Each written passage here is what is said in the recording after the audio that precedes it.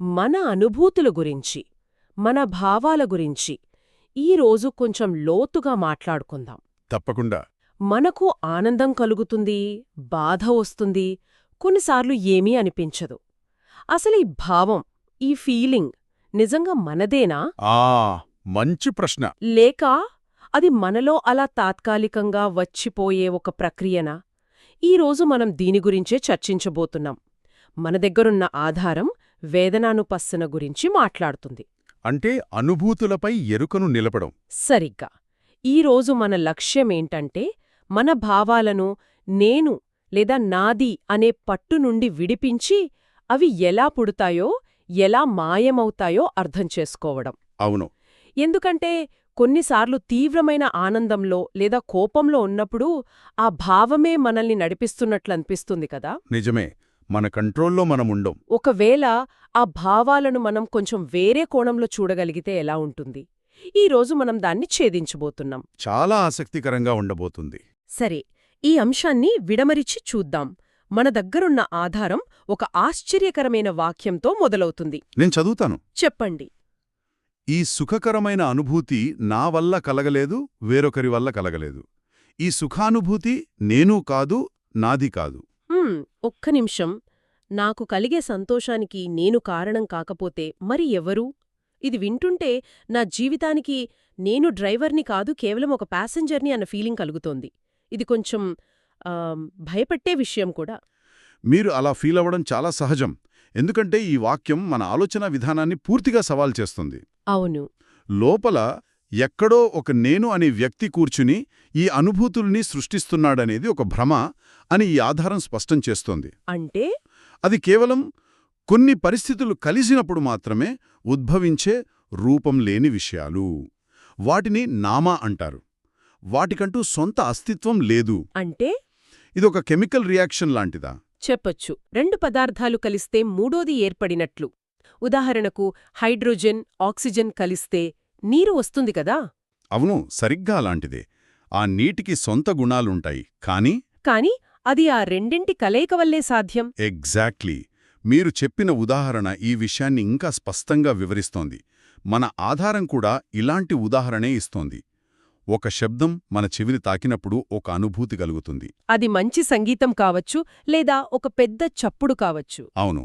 ఆ అనుభూతి ఆ శబ్దంలో లేదు, మన చెవిలోనూ లేదు.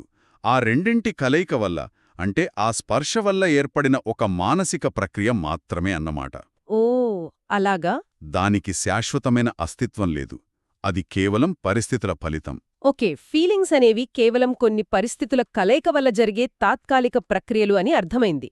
కానీ అంతటితో ఆగిపోతే ఏంటి ప్రయోజనం? ఈ నిజాన్ని మన జీవితంలో వాడుకోవడానికి ఆధారమేదైనా దారి చూపిస్తుందా? ఖచ్చితంగా ఉంది.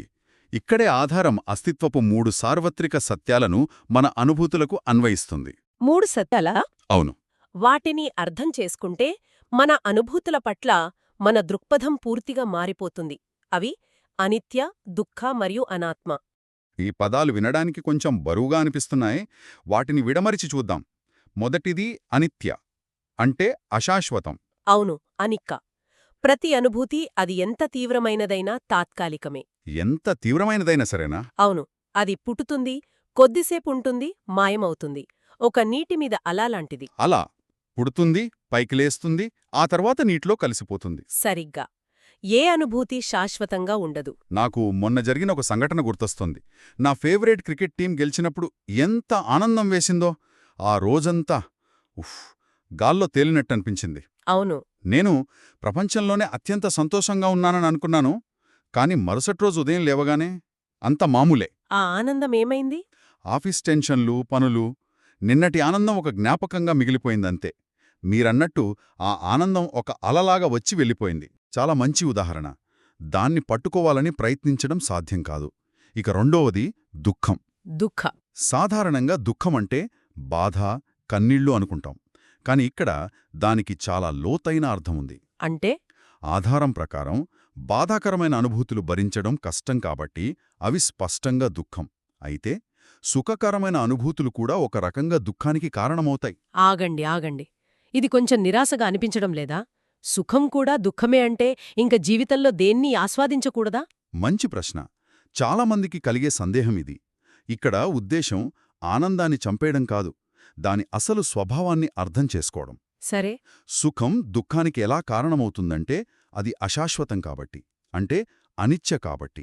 ఓకే, కనెక్ట్ అవుతోంది. అది ముగిసిపోయినప్పుడు లేదా మారినప్పుడు మనకు బాధ కలుగుతుంది. ఒక మంచి సినిమా చూస్తున్నప్పుడు కలిగే ఆనందం సినిమా అయిపోగానే ఒక రకమైన వెలితిని మిగులుస్తుంది. అవును, నిజమే. ఇష్టమైన ఐస్ క్రీం తినడం పూర్తయ్యాక కూడా అలాగే అనిపిస్తుంది. అదే. అందుకే సుఖం యొక్క ముగింపు దుఃఖం, అలాగే దుఃఖం యొక్క ముగింపు సుఖం అని ఆధారం చెబుతోంది. ఒక స్థితి నుండి మరో స్థితికి నిరంతరం మారడమే ఈ అస్తిత్వం యొక్క స్వభావం. ఆ మార్పును అంగీకరించలేకపోవడమే దుఃఖానికి మూలం అన్నమాట. పర్ఫెక్ట్. చాలా ఆసక్తికరంగా ఉంది. ఇక మూడవది అనాత్మ. అనాత్త అంటే ఆత్మరహితం. ఇది వినడానికే చాలా కష్టంగా ఉంది. దీన్ని ఎలా అర్థం చేసుకోవాలి? అవును, ఇది అన్నింటికన్నా కొంచెం క్లిష్టమైనది. అనుభూతులు కేవలం పరిస్థితులపై ఆధారపడి తాత్కాలికంగా ఉంటాయి కాబట్టి వాటికి శాశ్వతమైన సారం లేదా ఒక స్థిరమైన కేంద్రం లేదని అనాత్మ చెబుతోంది. ఇంకా స్పష్టంగా చెప్పాలంటే వాటి వెనుక ఈ అనుభూతులన్నింటినీ అనుభవించే ఒక శాశ్వతమైన అనుభవించేవాడు లేడు. అంటే అనాత్మ అనేది ఒక కెమెరా లాంటిదా? కెమెరా చిత్రాలను రికార్డ్ చేస్తుంది, చెప్పండి.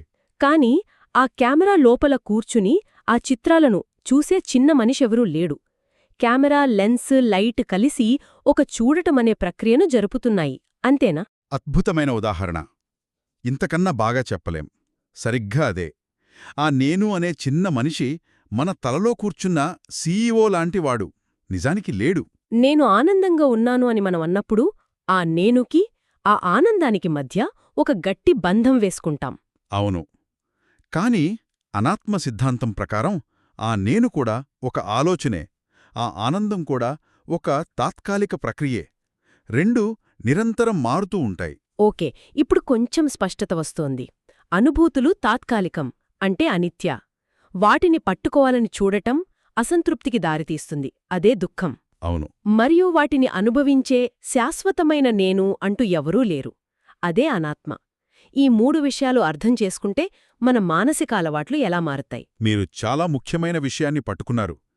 ఈ మూడు సత్యాలను అర్థం చేసుకోవడం మొదటి అడుగు మాత్రమే. తర్వాత ఈ అవగాహన మనలో లోతుగా పాతుకుపోయిన మూడు మానసిక అలవాట్లను బలహీనపరచడానికి సహాయపడుతుంది. ఒక్క నిమిషం, నేను గెస్ చేయొచ్చా?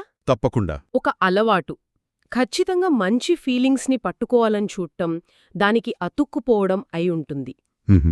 రెండోది చెడ్డ ఫీలింగ్స్ నుండి పారిపోవడం, వాటిని ద్వేషించడం. ఓకే. మూడోది బహుశా ఈ ఫీలింగ్స్ అన్నీ నేనే అని, నావే అని బలంగా నమ్మడమా? నేను చెప్పింది కరెక్టేనా? వావ్, చాలా దగ్గరగా వచ్చారు. మీరు చెప్పినవే ఈ మూడు అలవాట్లకు ఆధారం వాటినిలా వివరిస్తుంది. మొదటది తృష్ణ, తన్హా. అంటే దాహం లేదా కోరిక. అవును, మీరు చెప్పినట్లే సుఖానుభూతులు అలాగే ఉండాలనే తీవ్రమైన కోరిక. రెండోది మాన అంటే అహంకారం. నేను సంతోషంగా ఉన్నాను లేదా నేను బాధపడుతున్నాను అని అనుభూతులతో మమేకమవడం. సరిగ్గా ఒక మంచి సినిమా చూసి ఆనందం కలిగినప్పుడు వావ్, నా టేస్ట్ ఎంత బాగుందో అని ఆ ఫీలింగ్ని మన గొప్పతనానికి ట్యాగ్ చేసుకోవడం. లేదా బాధ కలిగినప్పుడు నాకే ఎందుకిలా జరుగుతుంది అని దాన్ని మన గుర్తింపుగా మార్చుకోవడం. కరెక్ట్, రెండు మానా కిందికే వస్తాయి. ఇక మూడవది దృష్టి, దిత్తి. అంటే తప్పుడు నమ్మకం. అంటే ఆ కెమెరా లోపల ఒక చిన్న మనుషున్నాడని బలంగా నమ్మడం. పర్ఫెక్ట్. వీటన్నిటినీ అనుభవించే ఒక శాశ్వతమైన నేను ఉందనే గట్టి నమ్మకం. సరే, ఇదంతా సిద్ధాంతపరంగా బాగుంది. కాని రోజువారీ జీవితంలో దీన్ని ఆచరణలో ఎలా పెట్టాలి? ఒక మామూలు ఆఫీస్ రోజును తీసుకుందాం. మంచి ఆలోచన. ఉదాహరణకు, మీరు ఆఫీస్లో పనిచేసుకుంటున్నారు. చాలాసేపు మీ ఫీలింగ్ తటస్థంగా ఉంటుంది. అవును, దానిపై పెద్దగా దృష్టి పెట్టం కూడా. అదే, అది తటస్థ వేదన, న్యూట్రల్ ఫీలింగ్. ఆధారం ఏం చెప్తుందంటే దాన్ని కూడా గమనించమని. అది స్థిరంగా అనిపించినా అది కూడా పని, వాతావరణం లాంటి పరిస్థితులపై ఆధారపడి ఉందని, రూపం లేనిదే అని గుర్తించాలి. ఓకే, అప్పుడు తిడీర్న బాస్ వచ్చి మన పనిని అందరి ముందు మెచ్చుకున్నారు. ఒక ఆనందం, గర్వం కలుగుతాయి. అప్పుడు అది సుఖవేదన, ప్లెజెంట్ ఫీలింగ్. సాధారణంగా మనం దానికి అతుక్కుపోయి ఆ రోజంతా ఆ మూడ్లోనే ఉండాలని కోరుకుంటాం. నిజమే. కానీ ఈ అభ్యాసం ప్రకారం ఆ అనుభూతిని గమనించి ఇది ఒక సుఖకరమైన అనుభూతి. ఇది కూడా కొన్ని పరిస్థితుల వల్ల కలిగింది. ఇది మారే స్వభావం కలది అని గుర్తించాలి. దానితో కొట్టుకుపోకుండా దాని ఆస్వాదిస్తూనే దాని అశాశ్వత స్వభావాన్ని ఎరిగి ఉండాలి. సరిగ్గా. ఆ తర్వాత కాసేపయ్యాక ఒక కష్టమైన, విమర్శతో కూడిన ఈమెయిలొచ్చింది. వెంటనే చిరాకు, కోపం లేదా నిరాశ కలుగుతాయి. అది దుఃఖవేదన, పెయిన్ఫుల్ ఫీలింగ్. మన సహజ ప్రవృత్తి ఏంటంటే దాన్ని వెంటనే వదిలించుకోవాలని చూడటం లేదా దానికి బదులు తీర్చుకోవాలని చూడటం. అవును, దాన్ని ద్వేషించడం. దానికి బదులుగా ఇది ఒక బాధాకరమైన అనుభూతి, ఇది భరించడానికి కష్టంగా ఉంది, ఇది కూడా ఒక ఈమెయిల్ అనే పరిస్థితి వల్ల కలిగింది, ఇది కూడా శాశ్వతం కాదు అని గమనించాలి. దాన్ని నా బాధ అని సొంతం చేసుకోకుండా. అవును, కేవలం ఒక అనుభూతిగా చూడాలి. ఇలా చేయడం వల్ల అనుభూతికి, దానికి మనమిచ్చే ప్రతిస్పందనకు ఒక ఖాళీ ఏర్పడుతుంది. ఆ ఖాళీలోనే మన స్వేచ్ఛ ఉంటుంది. కరెక్ట్. అంటే అనుభూతులను మన ఇంట్లోకి వచ్చిపోయే అతిథుల్లా చూడాలన్నమాట. చెప్పండి. కొంతమంది అతిథులు మనకు ఆనందాన్నిస్తారు, మరికొంతమంది ఇబ్బంది పెడతారు. కాని ఎవరూ శాశ్వతంగా ఉండరు. వాళ్లను గౌరవిస్తే మన ఇంట్లో శాంతి ఉంటుంది. ఇంతకంటే చక్కగా చెప్పలేరు.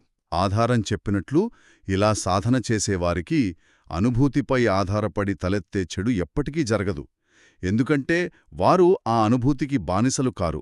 ఆధారం చివర్లో అర్హత పదం అరహాంత్హుడ్ గురించి ప్రస్తావించింది. అంటే సంపూర్ణ విముక్తి అని అర్థం కదా. ఇది చాలా పెద్ద లక్ష్యంలా అనిపిస్తోంది. అవును, అది చాలా పెద్ద లక్ష్యం. ఈ మార్గం సంపూర్ణ విముక్తికి దారితీయగలదని చెబుతూనే ఆధారం ఒక ముఖ్యమైన హెచ్చరిక కూడా చేస్తోంది. ఏంటది? ఇది అంత సులభమైన మార్గం కాదు.